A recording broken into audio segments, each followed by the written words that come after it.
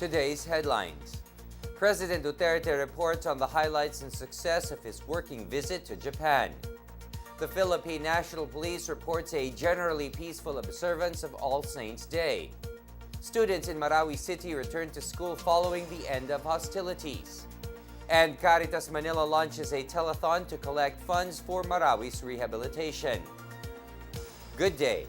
I'm William Theo. Welcome to the PNA Newsroom.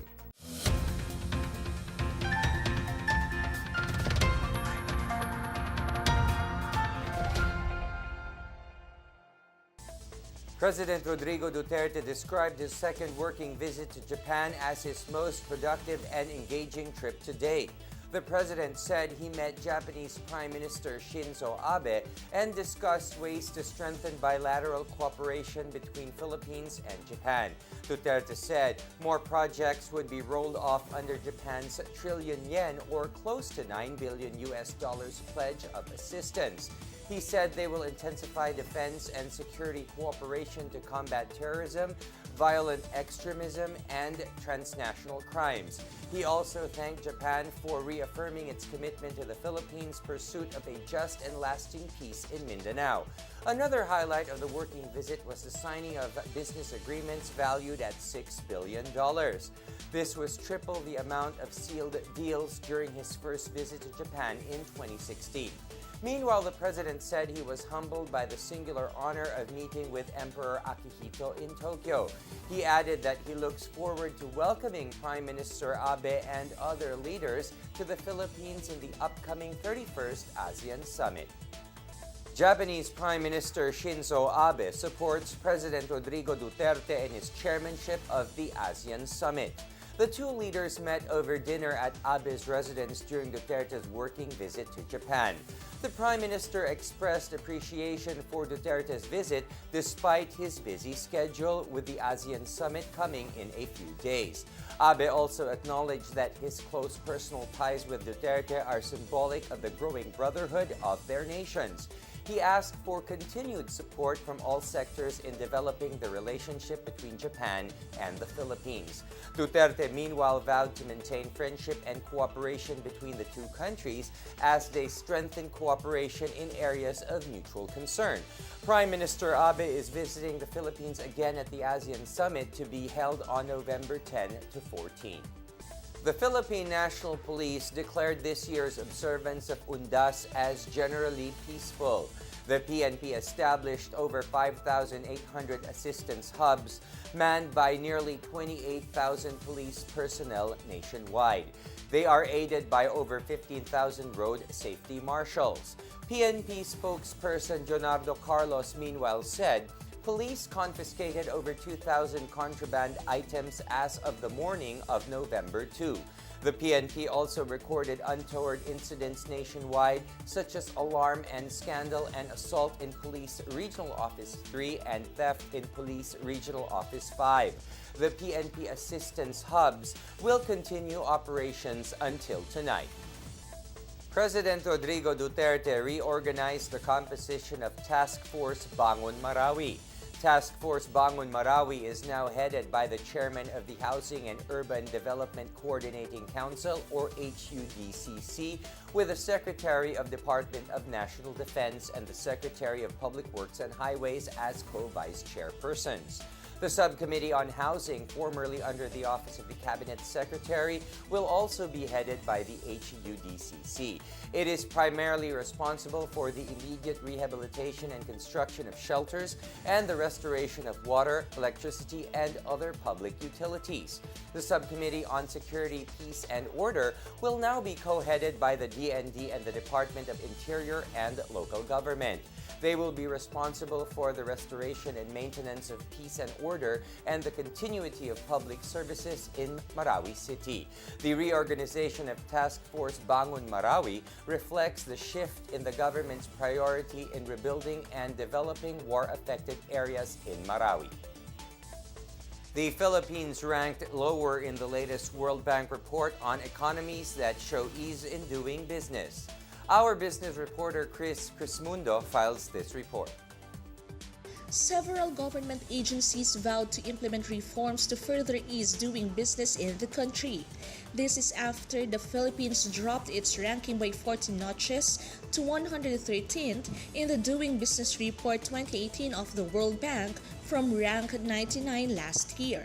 Trade Secretary Ramon Lopez said the government will shift its strategy in the Doing Business report from aiming for incremental increase to leapfrogging its ranking in the annual survey.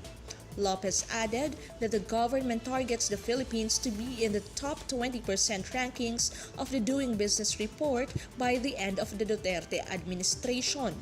A big part of its strategy to reach its goal is to implement streamlining of processes and roll out automation in the system. For the PNA Newsroom, I'm Chris Crismundo. Still to come, students in Marawi City return to school following the end of hostilities. Authorities prohibit shellfish consumption as the red tide alert is raised over areas in Visayas and Palawan. These and more when the PNA Newsroom continues.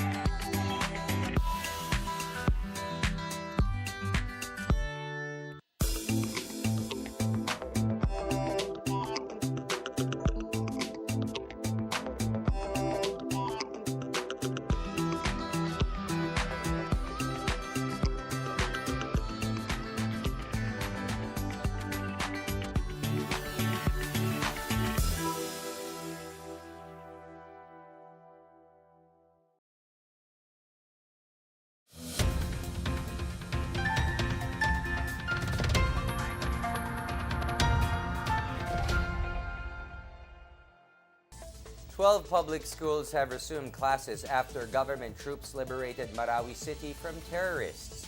The Bureau of Public Information in the Autonomous Region in Muslim Mindanao said the students returned on Monday to their respective schools after missing months of classes. The BPI said that the Department of Education in ARMM has drafted recovery plans and programs for the school children displaced by the Marawi crisis. The DepEd ARMM will also work on assisting students and school employees in terms of psychological and social needs. An Indonesian national believed to be part of the Maute fighters was arrested by the authorities in Marawi City Wednesday. The Indonesian, identified as Muhammad Ilham Syaputra, was arrested during a clearing operation by government forces in the main battle area of the city. Barangay officials tipped the authorities of Syaputra's presence, leading to his arrest. Authorities said Syaputra was invited by Isnilon Hapilon to take part in the attempt to seize Marawi. He arrived in Manila on November 2016. The Indonesian national hails from Medan, North Sumatra in Indonesia, and was one of the rebels behind the Jakarta terror attacks in January 2016, which left over 15 people dead. Syaputra told authorities that there are still around 20 remaining Maoist stragglers in the battle area.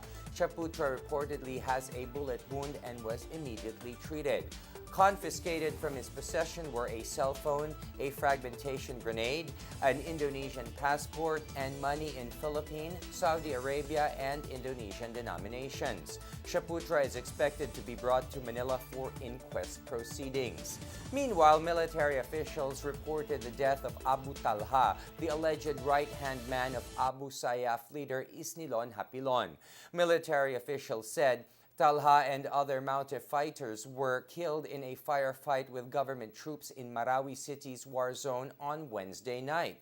Another Maute straggler was killed in the main battle area in Marawi on October 31st.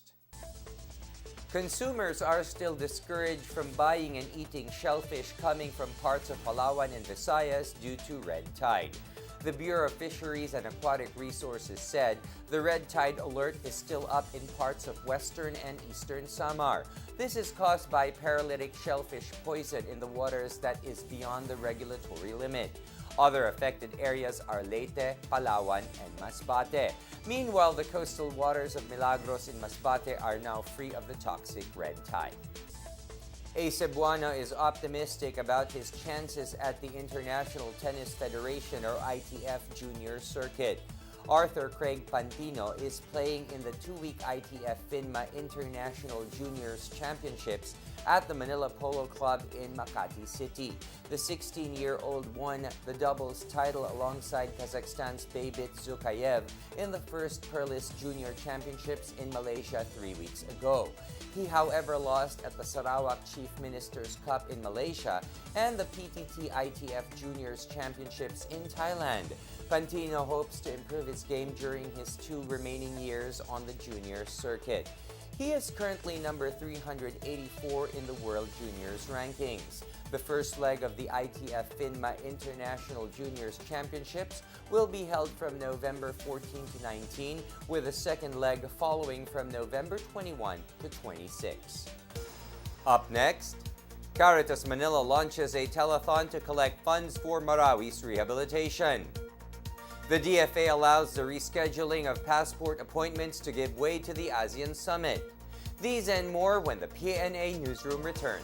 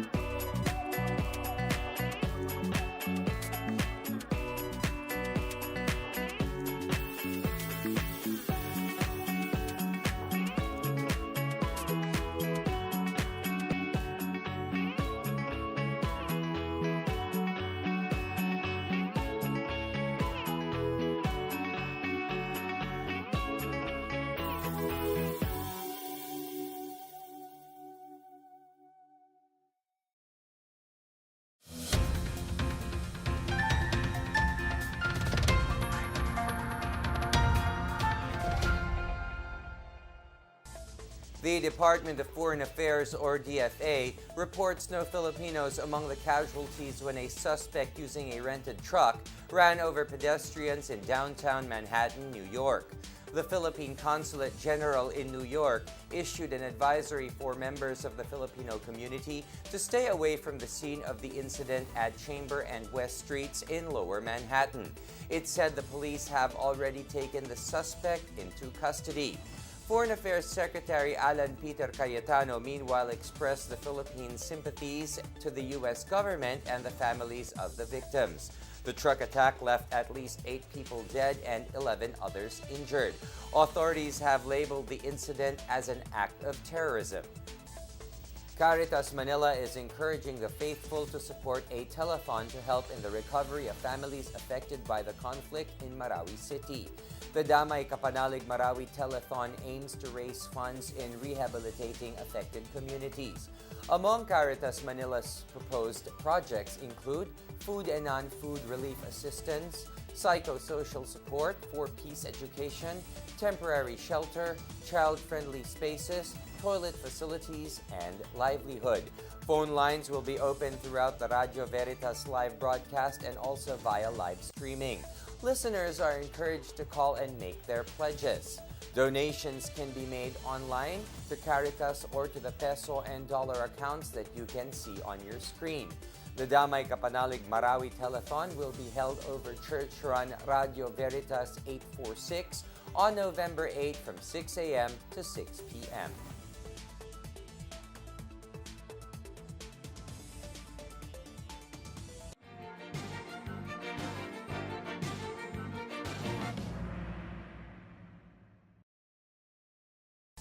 Foreign Affairs Secretary Alan Peter Cayetano and Japan Foreign Minister Taro Kano discussed preparations for the upcoming ASEAN Summit.